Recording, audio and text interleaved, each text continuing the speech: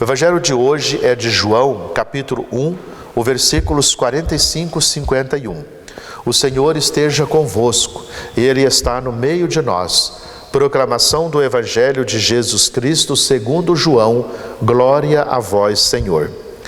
Naquele tempo, Filipe encontrou-se com Natanael e lhe disse: encontramos aquele de quem Moisés escreveu na lei, e também os profetas, Jesus de Nazaré, o filho de José.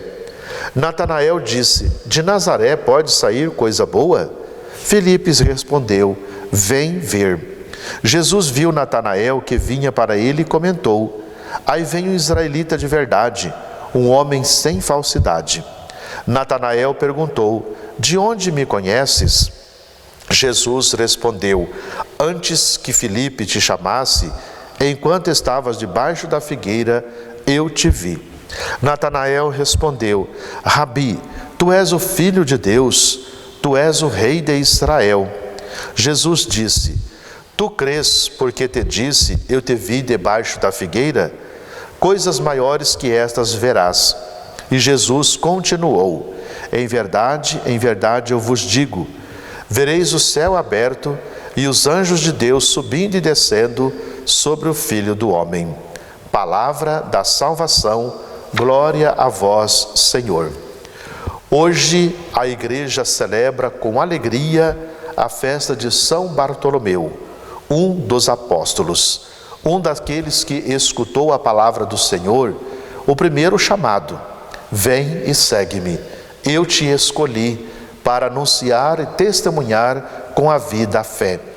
Por isso, celebrar no mês e no ano vocacional o apóstolo é renovar a nossa vocação, o nosso chamado, é voltar ao primeiro chamado para poder viver profundamente a fé. Por isso, então, veja que interessante. Jesus descobriu primeiro, porque na verdade, quem nos chama, quem nos escolhe primeiro é Deus. Então, por isso, ele já conhecia, o chamou. Mas interessante aqui também uma pequena discussão. De Nazaré pode vir alguma coisa boa? Por que esta pergunta? Porque, na verdade, o que importava naquele período era quem vinha das grandes cidades, das cidades importantes, e entre elas Jerusalém. Nazaré, um vilarejo sem nenhuma importância. Ali habitava mais ou menos 150 pessoas apenas. Então, algo pequeno, sem significado em todos os sentidos. E é neste lugar, sem significado em todos os sentidos, que o olhar de Deus toca, que o olhar de Deus chama, e que a história tem um novo rumo, que a história nos mostra o quanto Deus é importante na história, porque Ele se faz história conosco. E para fazer história conosco, Ele vai convocando, vai chamando.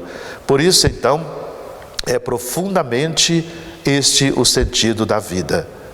O caminho, quando se fala de peregrinação, significa que a nossa fé, ela é um caminho.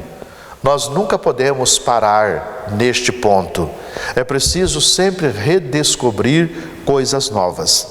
Um exemplo bem simplório: quando nós fazemos uma viagem, a estrada, conforme vamos avançando, nós vamos descobrindo novos caminhos, novas paisagens, novas formas, tanto na paisagem quanto nas construções. Algumas nós até admiramos. E veja então, por isso o caminho da fé também é assim, é seguir uma estrada rumo a Jerusalém celeste. E nós vamos encontrando e reencontrando algo novo que nos faz admirar, que nos faz contemplar, que nos faz vivenciarmos. Se eu parar, não conseguirei experimentar o que vem à frente. Por isso, a gente fica fechado na fé, parado. Mas é preciso caminhar, encontrar-se com o novo. E Jesus Cristo, nos convoca a caminhar com Ele.